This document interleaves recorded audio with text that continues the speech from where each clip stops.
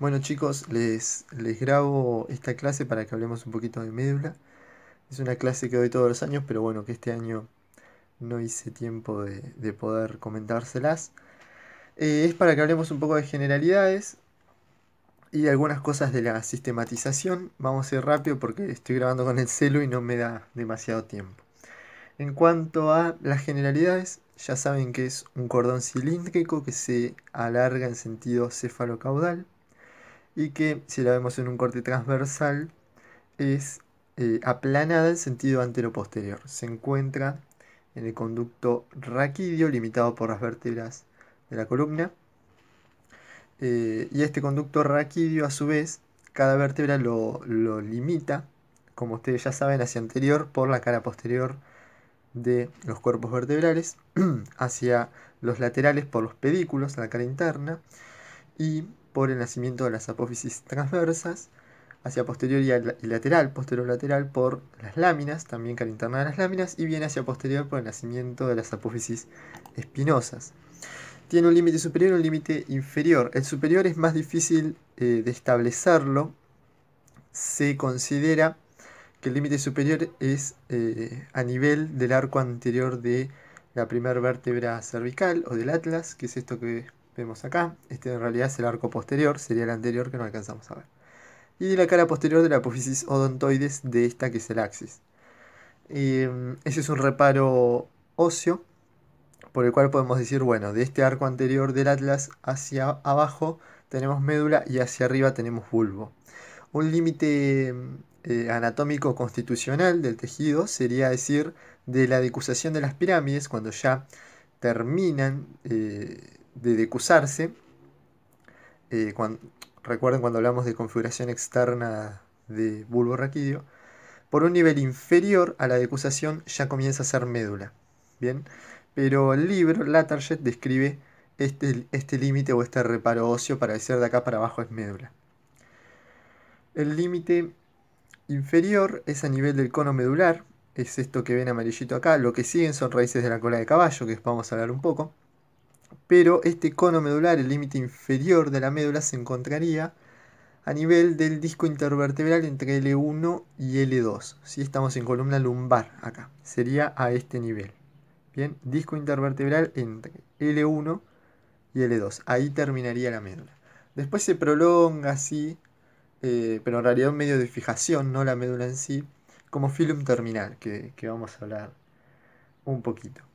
Pero bueno, a tener en cuenta que el límite inferior es a nivel del cono medular, disco intervertebral entre L1 y L2. Bueno, seguimos.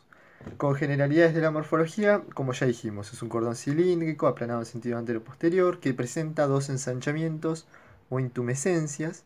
Es lo mismo decir ensanchamiento e intumescencia, una cervical y una lumbar. Bueno, de más está decir que ambas intumescencias están separadas por espacios o porciones más estrechas. Reconocemos 6 porciones de una médula espinal. La primera de ellas es la porción superior, es la que ahí está referenciada con el número 1, y es la que está situada por arriba de la intumescencia cervical. Bien, esta se extiende desde el límite superior, que dijimos que era arco anterior del atlas, hasta la tercera vértebra cervical aproximadamente. De esta porción superior se originan las raíces del plexo cervical, que van a estar destinadas al cuello y la nuca, como estudiamos para el primer parcial.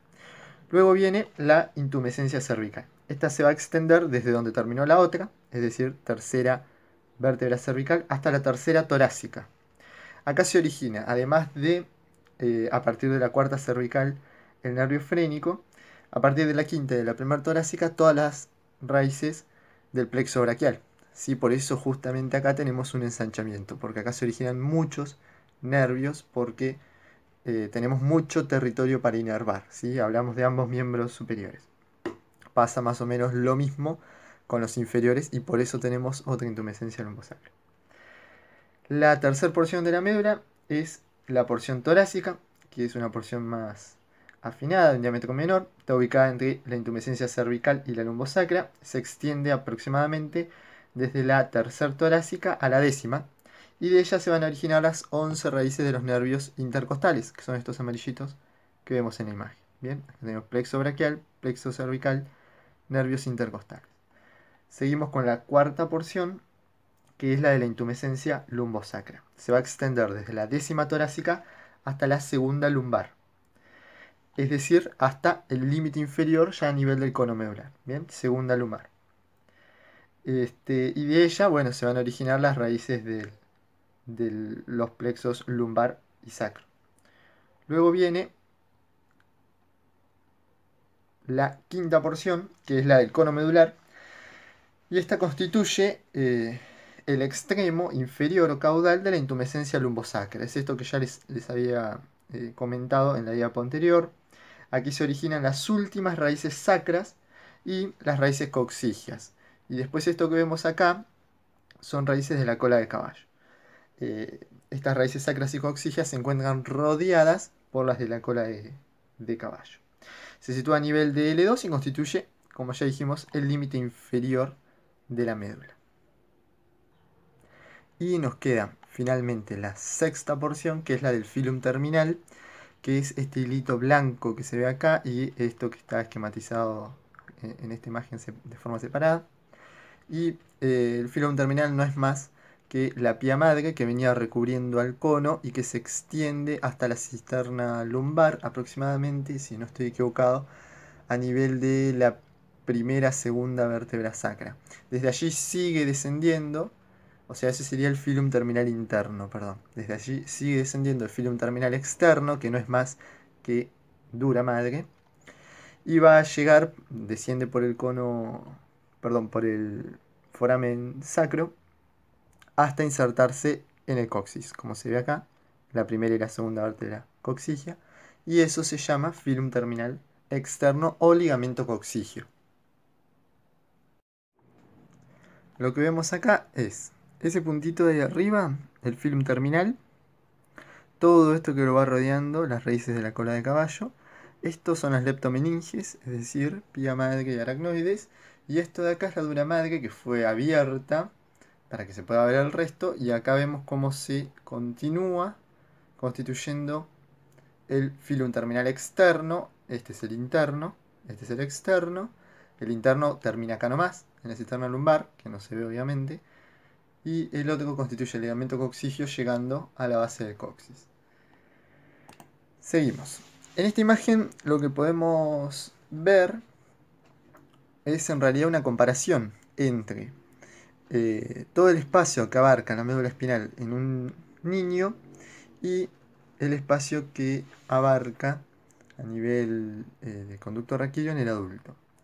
¿Cuál es la gran diferencia? Que en el recién nacido la médula ocupa prácticamente todo el conducto vertebral.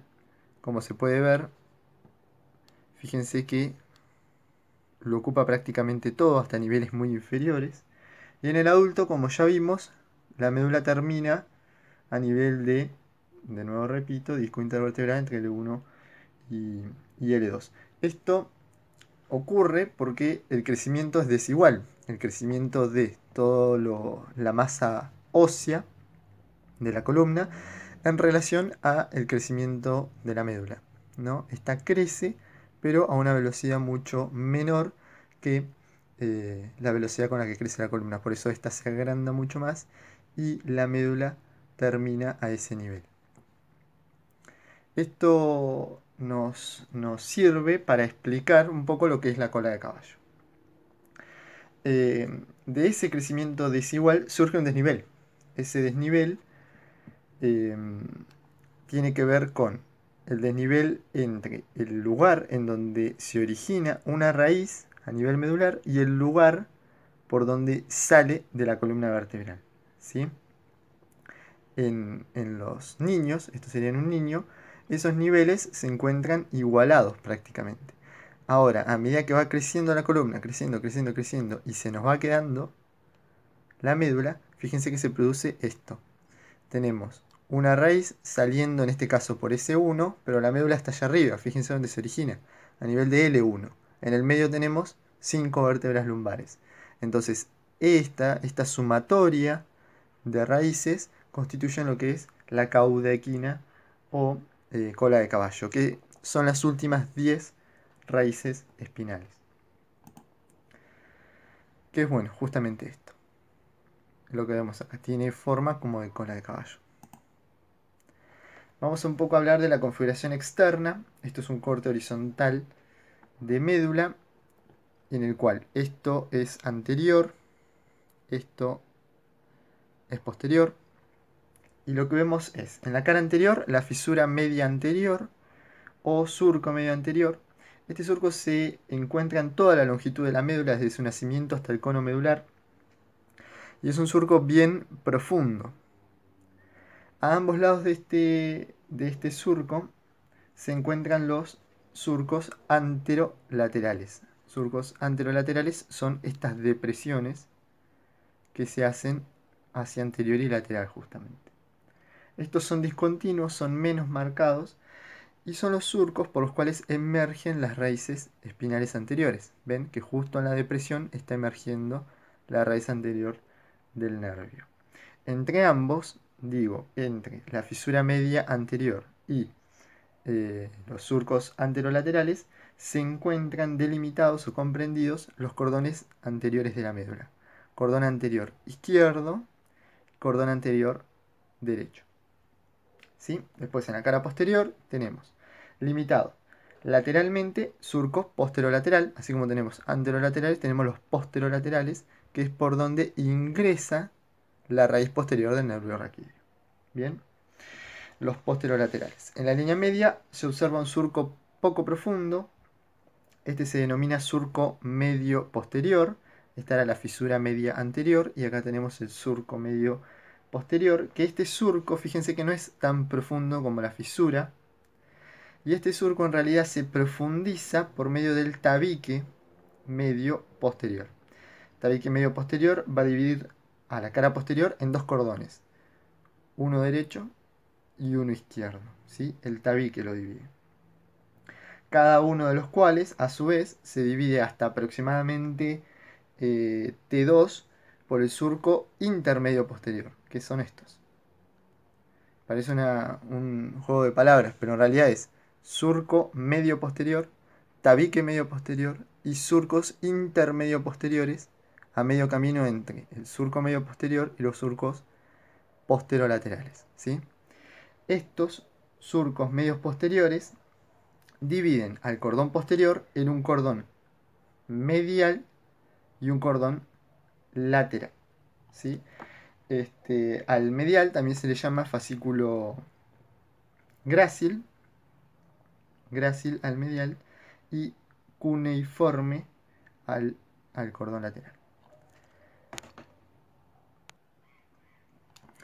Las caras laterales quedan comprendidas entre el surco posterolateral y el surco anterolateral, ¿sí?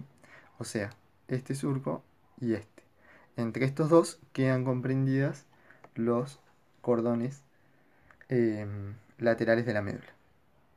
Bueno, y lo que vemos acá es lo que veníamos hablando. Cordones anteriores, cordones posteriores, fascículo grácil en rojo, cuneiforme en celeste, y los cordones laterales. Ya esto nos da pie, esto siempre vale aclarar que estamos hablando de cordones por donde viajan conjuntos de fibras, conjuntos de axones. Esto que acabamos de definir es todo sustancia blanca. En este preparado lo que vemos sería esto. Esto es anterior, está la fisura media anterior, tabique medio posterior, surco medio posterior. Y esto es cordón posterior derecho, cordón posterior izquierdo, cordón lateral y cordones anteriores. Bien, todo sustancia blanca. Lo que vemos acá en el centro es el conducto medular central o conducto ependimario. Este conducto hacia cefálico se continúa con el cuarto ventrículo y hacia caudal termina en lo que se denomina ventrículo terminal a nivel de la cisterna lumbar. Esto es sustancia gris. Lo que podemos ver acá es cordón posterior y cordón anterior. Vale hablar un poquito de esto. Vemos cómo los cordones anteriores son más voluminosos. Son más irregulares. En la base tienen particularmente estas irregularidades que son los cordones laterales.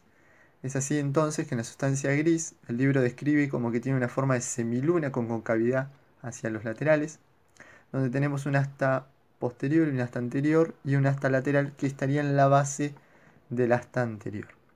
Describen que el asta anterior, como dije, es más irregular voluminoso, se dirige hacia anterior y lateral, hacia donde se encontraría el surco anterolateral, tanto el derecho como el izquierdo. ¿Por qué? Porque las neuronas que tengan sus cuerpos neuronales en esta sustancia gris van a tener que emerger formando la raíz anterior del nervio raquídeo. Por eso se dirigen hacia ese surco. Vale aclarar que el asta posterior se encuentra más cercano a la periferia que el asta anterior, por lo que esas mismas neuronas que van a emerger tienen que atravesar todo esto, toda esta porción de sustancia blanca. No es así en el caso de las neuronas que ingresan por la raíz posterior o la raíz dorsal del nervio raquídeo hasta el asta posterior de sustancia gris. Lo que vemos acá es un dibujo del preparado que veíamos recién, nada más que está invertido. Ahora tenemos lo anterior hacia arriba en la imagen y lo posterior. Este tabique medio posterior, se ven los surcos intermedio posteriores, los posterolaterales donde está ingresando la raíz dorsal del nervio y en los anteriores donde están emergiendo. Lo mismo, el asta anterior, irregular, voluminoso en su base de los astas laterales. Me olvidé decirle que estas astas laterales se encuentran solo a nivel torácico. O perdón, llegan hasta el nivel torácico. O sea que a nivel lumbar acá sería más liso. Tendríamos solo un asta anterior y uno posterior. Estos, tanto del lado derecho como del izquierdo, se comunican por medio de lo que se denominan comisuras grises. Una comisura gris anterior es anterior al conducto central de la médula, conducto ependimario, y la posterior, comisura gris posterior. Esta es, bueno, para que vean la analogía de la semiluna que dice el libro, asta anterior, asta lateral y asta posterior. En el asta posterior hay dos cúmulos por ahí importantes que después cuando veamos la sistematización de esta sustancia gris vamos a volver a nombrar, que son la sustancia gelatinosa de Rolando y la capa de Waldeyer o marginal. A las células que se encuentran en esta porción central de la médula, rodeando al canal ependimario, se les denomina sustancia gelatinosa central. Células de la sustancia gelatinosa central. Bueno, lo que veníamos hablando, comisura gris anterior, comisura gris posterior. Y ahora vamos con la sistematización. Vamos a comenzar hablando de la sistematización de la sustancia gris y primero a grandes rasgos. Como ustedes ya saben, en cada mielómero hay células y fibras que se agrupan en formaciones definidas, se agrupan funcionalmente, digamos. Es decir, las que tienen una función similar van a estar todas juntas, ¿no? Esto ocurre no solo en la sustancia gris, sino también en la blanca, pero ahora hablando puntualmente de la sistematización a grandes rasgos de la sustancia gris. Es así que vamos a tener agrupaciones de células que se van a encargar de lo mismo. Tenemos en el asta anterior, en la cabeza del asta anterior, células que corresponden a la motricidad voluntaria de los músculos estriados. Se las llama células somatomotoras. En la base de este asta anterior y adyacente a lo que es el conducto, se me fue el mouse, acá, el conducto central, o sea, anteriores a estas, se encuentran los cuerpos neuronales de las células visceromotoras. Estas están relacionadas a la motricidad de las vísceras, sobre todo cobrando importancia a nivel de tubo digestivo, obviamente. Y después tenemos en el asta posterior, en la cabeza, se encuentran las células exteroceptivas o de la sensibilidad externa, hablo de táctil dolorosa térmica. En el cuello están las que corresponden a la sensibilidad profunda o propioceptiva de huesos, articulaciones y músculos. Y en la base posterior al conducto ependimario se encuentran las células relacionadas a la sensibilidad visceral o interoceptivas. Entonces, como conclusión, podemos ver que alrededor de este conducto encontramos células relacionadas a la motricidad, las vísceras, y a la sensibilidad, las interoceptivas, de las vísceras, relacionadas a las vísceras. Después acá, hacia anterior, tenemos lo que es motor voluntario, y hacia posterior lo que es sensibilidad, tanto la extero como la propioceptiva. Bueno, eso en cuanto a una generalidad. Después, para complicarla un poquito más, llegó Rexed y agarró esta sustancia gris y la dividió en 10 láminas. 10 láminas que se denominan con números romanos, comenzando desde el asta posterior, y que en realidad no es más que una subclasificación de lo que vimos en la imagen previa, agrupándolas un poco, hilando un poco más fino, obviamente, en relación a su función y en relación a qué vía tienen afinidad. Es así que la lámina 1, la primera lámina de Rexed, es donde se encuentra el núcleo marginal. De esto ya hablamos un poquito su localización, es lo más posterior de la sustancia gris. Y bueno, este núcleo marginal es atravesado por todas las fibras que vienen ingresando por la raíz dorsal del nervio. Después tenemos la sustancia gelatinosa de Rolando, que sería la lámina 2 de Rexed.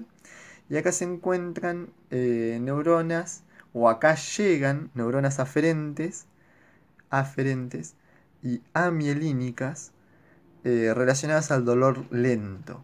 ¿Sí? Esto, cuando estudien, o aquellos que ya lo estudiaron, la fisiología del dolor, van a ver que hay distintas vías. Una de ellas es la vía lenta, que justamente la característica es que sus fibras son amielínicas, por eso conducen impulsos a menor velocidad que aquellas que tienen mielina.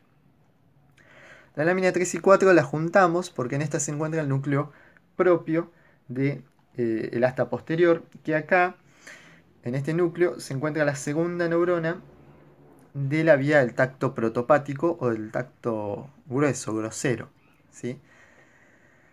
Después, la quinta lámina de Rexed corresponde a interneuronas que forman parte de la vía córtico-espinal y rubro-espinal. Como ustedes saben, son vías extrapiramidales. Y finalmente, la última lámina que encontramos en el asta posterior es la sexta, en la cual se encuentra el núcleo de la base, justamente la base del asta, y que aquí hace sinapsis la segunda neurona del tracto espinocerebeloso anterior. Espinocerebeloso anterior. Después, siguiendo, tenemos la lámina 7. Esta es la más grande, es la que más volumen abarca. Y acá tenemos hacia medial el núcleo torácico posterior. Este núcleo torácico posterior se encuentra en relación, en realidad acá llegan las segundas neuronas del tracto espinocerebeloso posterior.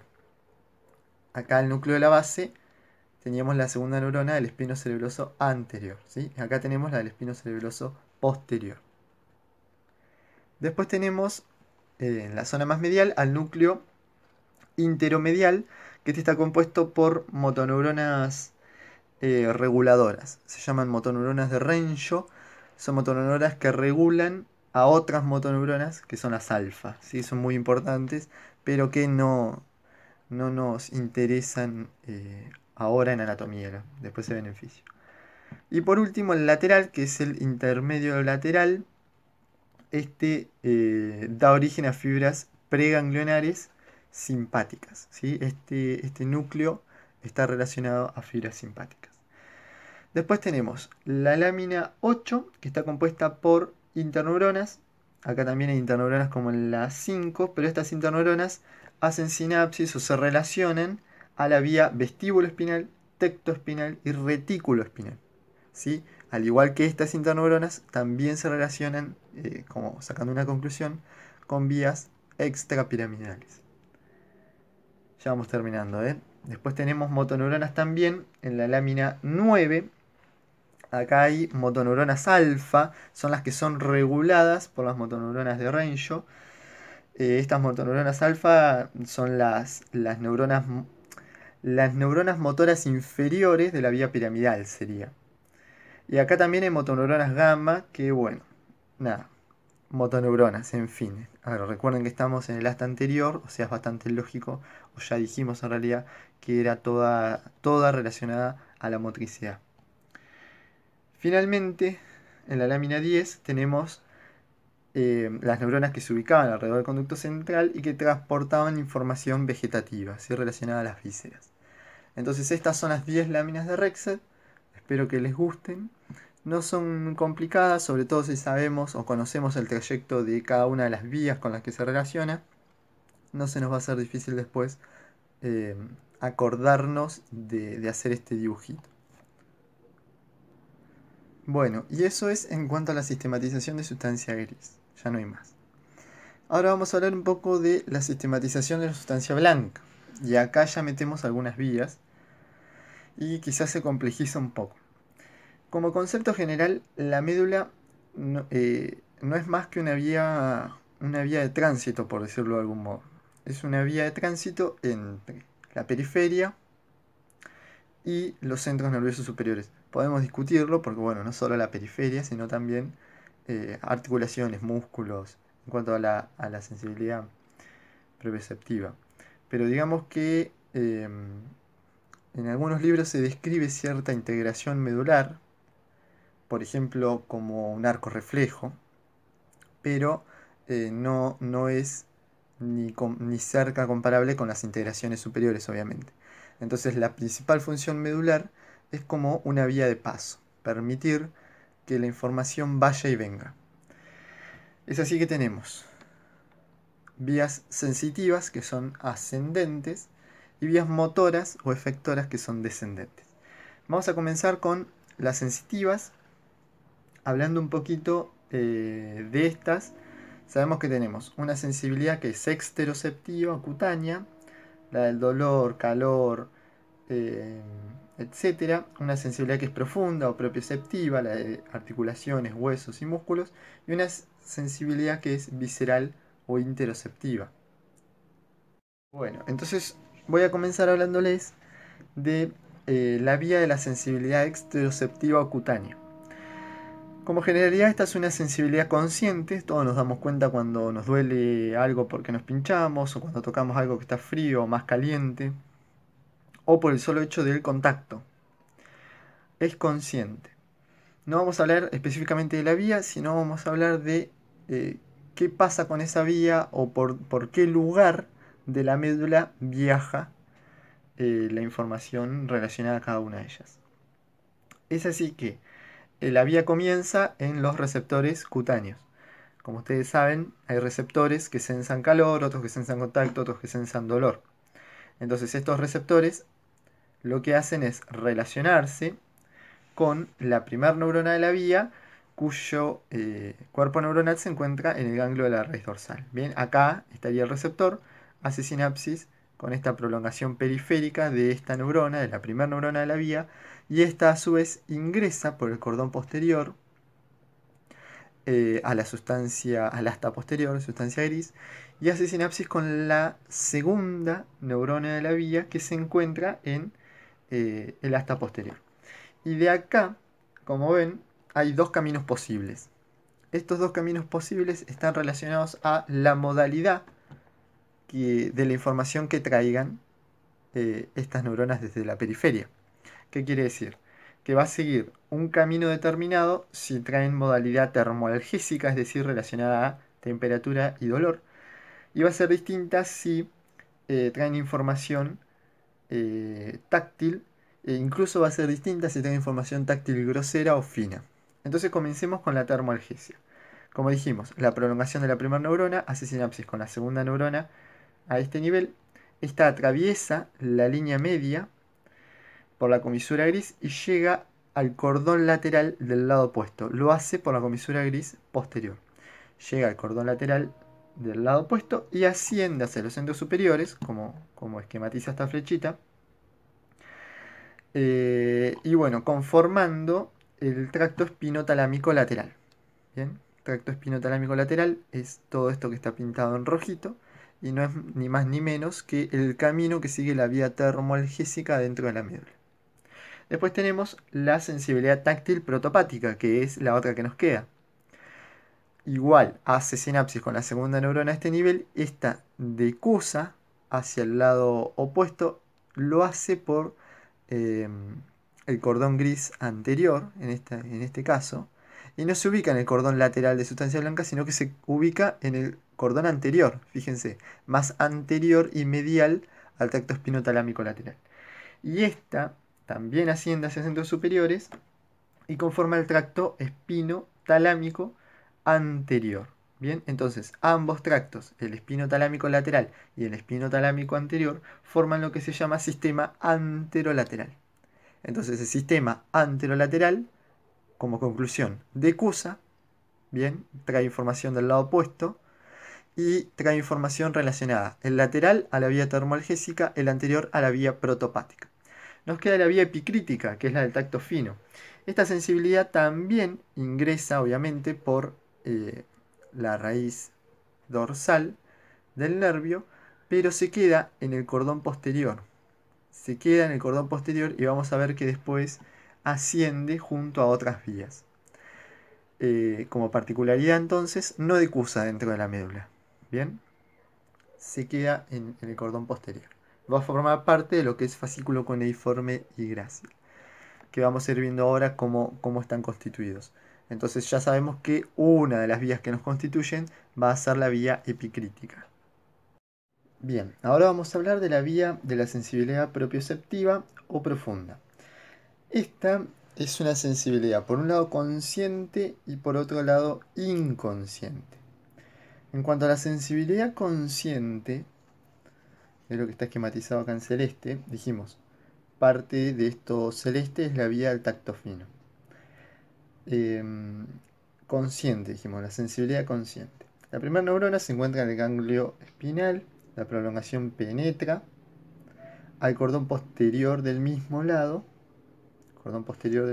y asciende, no decusa. Entonces, en los cordones posteriores vamos a encontrar la vía táctil epicrítica fina y las vías de la sensibilidad consciente, vías propioceptivas conscientes. Y ascienden. Como particularidad, a medida que los axones van llegando al cordón posterior, es decir, en los distintos mielómeros, van penetrando, van empujando hacia la línea media a los que ya habían penetrado en niveles más inferiores. No sé si se entiende el concepto, pero imaginen que axones que vienen ingresando y que traen información de los miembros inferiores, a medida que vamos subiendo a niveles medulares cada vez más cefálicos y las fibras siguen ingresando, como que los van empujando hacia la línea media, digamos. Entonces, cercano a la línea media, cercano al tabique medio posterior, lo que vamos a tener es información que viene de miembros inferiores y de la parte más inferior del torso, y hacia los laterales de los miembros superiores y parte más superior como el tórax, por ejemplo. Nada, y así se conforman el fascículo de Gracil o de Goll y el fascículo cuneiforme o de Burdach. Y estos ascienden.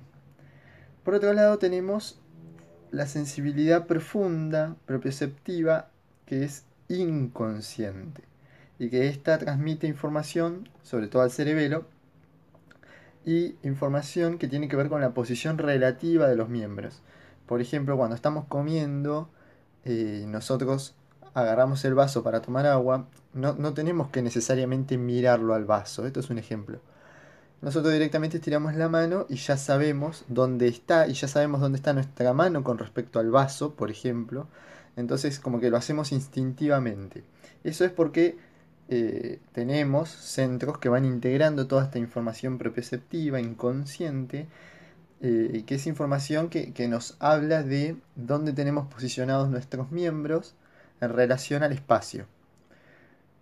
Pasa algo similar cuando tomamos mate, no tenemos que estar mirando que la bombilla entre a nuestra boca. Nosotros sabemos más o menos cuánto mide la bombilla y sabemos la posición de nuestro brazo con respecto a la boca. Entonces directamente es instintivo llevarlo a la boca. Y lo hacemos de formas muy precisas. Todo esto es por o gracias a esta información propioceptiva inconsciente que constantemente está llegando desde articulaciones, desde músculo y desde hueso. Entonces el cuerpo de la primera neurona se encuentra en el ganglio de la raíz dorsal, es esto que está esquematizado en verde. Lo consciente, lo que llegaba a la corteza, era esto celeste, lo inconsciente es verde. Se encuentra en la raíz dorsal, la prolongación ingresa por el asta posterior, como ya conocemos, y llega a la lámina 7. ¿Se acuerdan? La lámina 7 era la más grande y que tenía 3 núcleos. Núcleo intermedio lateral y el núcleo más lateral. Y bueno, acá la información ingresa y va a hacer sinapsis con uno de estos núcleos. La cosa es algo compleja, pero es más o menos así. Como dije, el cuerpo de la primera neurona se encuentra en el ganglio de la raíz dorsal, hace sinapsis con la segunda neurona a nivel de uno de estos núcleos. Si lo hace a nivel del núcleo torácico posterior, este se llama de Clark, núcleo torácico posterior, allí hacen sinapsis las neuronas que vienen del miembro inferior y del tronco. Y hacen sinapsis en el núcleo de la región lateral, que es este, las neuronas que vienen de los miembros superiores, que traen la información propioceptiva inconsciente. Entonces acá pasa algo más o menos similar a lo que pasaba acá. Lo más superior es como que empuja hacia medial a lo más inferior, por decirlo de algún modo, y de una forma que nos podemos acordar. Lo más medial, núcleo torácico posterior, es el que va a estar relacionado entonces a la información propioceptiva inconsciente que viene de miembros inferiores y tronco. Y este otro, que es el lateral, va a estar relacionado a la información propioceptiva inconsciente que viene de miembros superiores. Entonces, como ustedes pueden ver en la imagen, de acá se siguen dos vías distintas. Las que salen del núcleo torácico posterior o de Clark atraviesan la sustancia gris del mismo lado para formar el tracto espino-cerebeloso posterior. Es lo que tenemos escrito acá. Tracto espino-cerebeloso posterior en el cordón lateral de la médula, ¿sí? Sustancia blanca. Y de allí asciende. Este tracto espino-cerebeloso posterior también se lo llama de Fletching, como el corte de Fletching. Por su parte, los axones que parten del núcleo lateral decusan por la comisura gris anterior para localizarse también en el cordón lateral, pero contralateral, en una porción más anterior, y constituyen el tracto espino-cerebroso anterior. Este es más anterior que este, o sea, el posterior, y acá estaría el anterior, que vendría decusando del lado izquierdo, ¿sí? Este anterior también se lo llama de Gowers, pero bueno, si no se recuerdan los nombres propios no importa. Sería básicamente eso, la sistematización de la sustancia blanca con respecto a la vía de la sensibilidad propioceptiva. Ya vimos la sensibilidad termoalgésica, vimos la protopática, vimos la epicrítica y vimos la sensibilidad propioceptiva consciente. Así que bueno, vamos a pasar a hablar ahora de las vías motoras o descendentes. Acá podemos distinguir aquellas que son vías voluntarias, que se originan en la corteza, y vías motoras, que son involuntarias, que se originan en diversos centros que vamos a ver ahora. Primero vamos a la motricidad de origen cortical, que sería la vía piramidal. Esta vía piramidal se origina en la circunvolución precentral. Vamos a la médula, los axones se agrupan en los niveles superiores de la médula y forman dos tractos. Bien, uno cruza la línea media a nivel del bulbo raquídeo y forma el tracto córtico-espinal lateral. Y otro desciende directamente en la médula formando el tracto córtico-espinal anterior. Entonces tenemos un tracto córtico-espinal lateral que decusó. Esto es el 90% de la vía aproximadamente, el 10 restante no decusó. Quiere decir que si esto es anterior y esto es posterior, esto es derecho, esto es izquierdo, este tracto córtico-espinal lateral se originó en realidad en la circunvolución precentral del lado izquierdo. Y este córtico espinal anterior también se originó en la precentral del lado izquierdo, ¿sí? Nada más que este decusó y este no. Entonces, el lateral, o que también se lo denomina piramidal cruzado, va a descender por el cordón lateral de la médula y a nivel de cada mielómero, de cada segmento, va a penetrar, o sea, los axones en cada mielómero van a penetrar en la cabeza del asta anterior y van a hacer sinapsis con el cuerpo de la segunda neurona. Que si volvemos unas diapos atrás, fue cuando hablamos de las motoneuronas alfa, que eran la segunda neurona de la vía piramidal. Hacen sinapsis con esas neuronas, que son las que van a emerger por la raíz anterior para después formar parte del nervio raquídeo, ¿sí? Esto lo hacen en cada uno de los segmentos. En el mismo lado, fíjense, decusó arriba y después en el mismo lado por el que descienden. Por su parte, el tracto córtico-espinal anterior en cada uno de los mielómeros cruza hacia el lado opuesto, ingresa en el asta, en la cabeza del asta anterior y hace lo mismo que hizo este. Sinapsis con una motoneurona alfa, que sería la segunda de la vía. Entonces, ¿qué conclusión podemos sacar? Que el tracto córtico-espinal lateral decusó arriba, bien, en los niveles superiores de la médula, en realidad por encima, en lo que es la decusación de las pirámides, y decusó del 100% de la vía un 90%. Y después fue en cada uno de los segmentos haciendo sinapsis con la segunda motoneurona. Por su parte, el 10% que no decusó, termina decusando después, en cada uno de los segmentos, como se ve en la imagen. O sea, no decusó arriba, pero va a decusar después. Como conclusión, el 100% de las vías motoras voluntarias son cruzadas, ¿sí? Ya sea que decuse arriba o que decuse abajo en cada segmento, decusa al fin y al cabo. Por lo tanto, toda la información que en este caso está saliendo por esta raíz anterior proviene en definitiva del lado izquierdo, es decir, de la circunvolución precentral izquierda, ¿sí? Ese es un concepto importante. Bien, viendo eso, vamos a seguir con la motricidad de origen subcortical, que serían las vías extrapiramidales. Son 5 tractos. Tenemos un tracto rubroespinal, que es el que se origina en el núcleo rojo, se sitúa en el cordón lateral, como vemos, por delante de lo que es el fascículo piramidal cruzado, ¿sí? Que era este mismo que veíamos acá. Después tenemos el tracto tectoespinal, que se origina en el colículo superior, y en la médula unos haces se sitúan en el cordón anterior y otros se sitúan en el cordón lateral. Después tenemos el tracto retículoespinal. Este se origina en la formación reticular del tronco.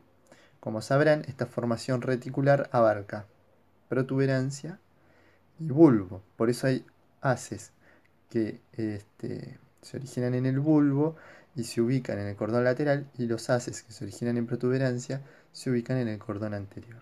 Pero ambos conforman el tracto o la vía reticuloespinal. Perdón, ahí está. Esta es en violeta, está esquematizada, el tracto vestíbulo espinal. Y el vestíbulo espinal se origina en el núcleo vestibular. En el origen se divide en dos grupos, uno que es cruzado, voluminoso, y que termina en el asta anterior, que es este, y otro que es más pequeño, más lateral, y termina en el asta anterior, pero contralateral. Quiere decir que este que viene descendiendo, en realidad se originó en el núcleo vestibular del lado derecho, ¿sí? Y finalmente, nos quedan el tracto olivoespinal, la vía olivoespinal que se origina en el núcleo olivar inferior y que se sitúa en el cordón anterior, como vemos en la imagen. Bueno, terminamos con lo que es sistematización de sustancia blanca. Ya vimos la sistematización de la sustancia gris con las láminas de Rexed y ahora vimos todas las vías que suben y todas las vías que bajan. Por ahí no creo que en el examen se pida específicamente alguna lámina en particular.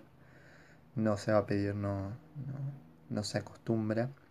Pero en este caso de la sustancia blanca está bueno por ahí saber dónde se ubica o qué clase de información viaja, ya sea por los cordones laterales, por el anterior o por el posterior.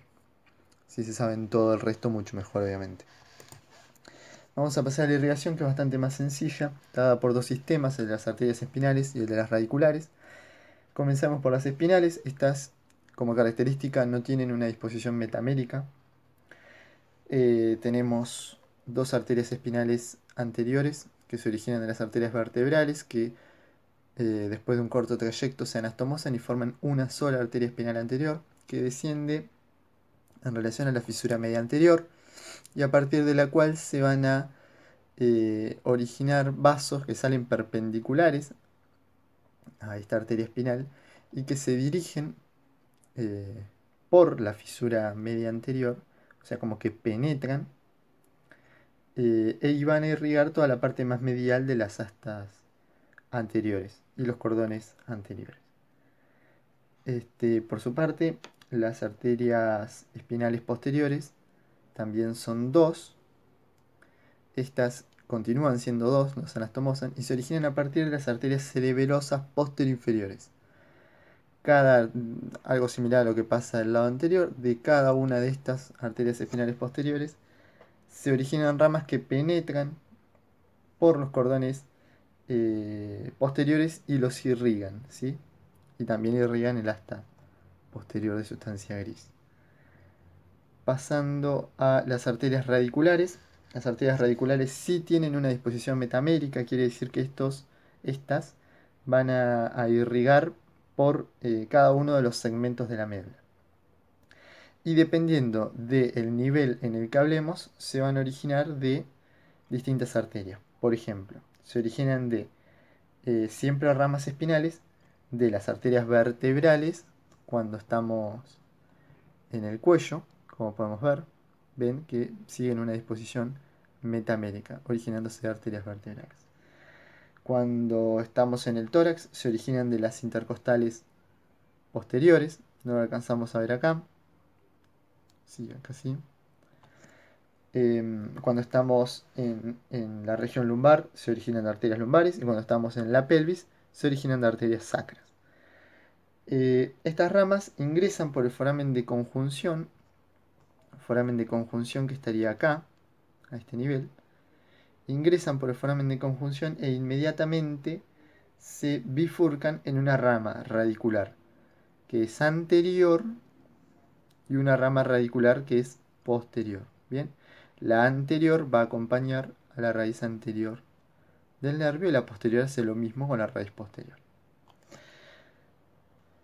Y estas arterias radiculares lo que van a ir haciendo en cada uno de los segmentos es reforzando el sistema de las arterias espinales, como vemos en esta imagen y como vemos mejor en esta otra. Acá tenemos la arteria radicular posterior, la anterior, que se anastomosa con la arteria espinal anterior que venía descendiendo por la fisura media. Y acá vemos esos vasos que les comentaba que penetran por la fisura media anterior y van a irrigar cordones anteriores y la parte más medial de las astas anteriores.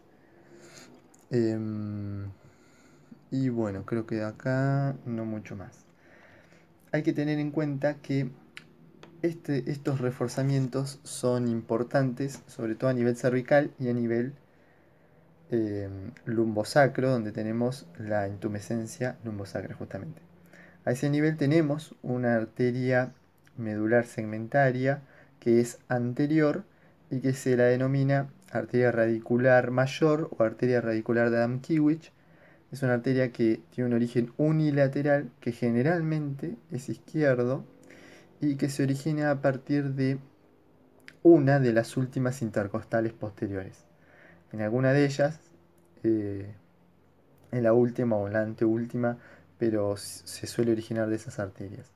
O puede originarse de alguna de las primeras lumbares. Como ustedes saben, variaciones anatómicas normales. Lo más frecuente es que sea unilateral izquierda y que se origine de las últimas intercostales. Bien, la arteria radicular mayor de Adam Kiewicz. Pasando al drenaje venoso, las venas son más inconstantes en cuanto a la disposición, como generalmente ocurre. Hay una vena espinal anterior, esto es anterior, esto es posterior, una vena espinal anterior, y hay una vena espinal posterior que transcurren longitudinalmente. Acá, a diferencia de las arterias, que hay dos posteriores, venas hay una. Y nada, y a la inversa de las arterias hay vasos rectos que van drenando en estas venas. Estas venas drenan a su vez en plexos venosos que están situados en el espacio epidural. Me quedé sin espacio en el celu, por eso se me cortó. Les estaba contando que estas venas espinales van a drenar en dos plexos, uno anterior y uno posterior, que se encuentran en el espacio epidural. Esta es la dura madre, por ese espacio epidural entre el hueso y dura madre. Eso que se ve ahí es grasa. Y a su vez, estos se comunican con venas que son extravertebrales, es decir, que no están en relación a la columna, por medio de venas que se las denomina intervertebrales, que salen por el foramen intervertebral justamente. O sea, plexo anterior, vena intervertebral a una vena que ya es extravertebral. Y ahí, dependiendo el lugar en que estemos, si estamos en cuello, tórax, abdomen o pelvis, va a ir a drenar a distintas venas, algo similar a lo que pasaba con las arterias. Llegamos al final, punción lumbar. Esto eran dos palabras que siempre hablaba como para tener en cuenta.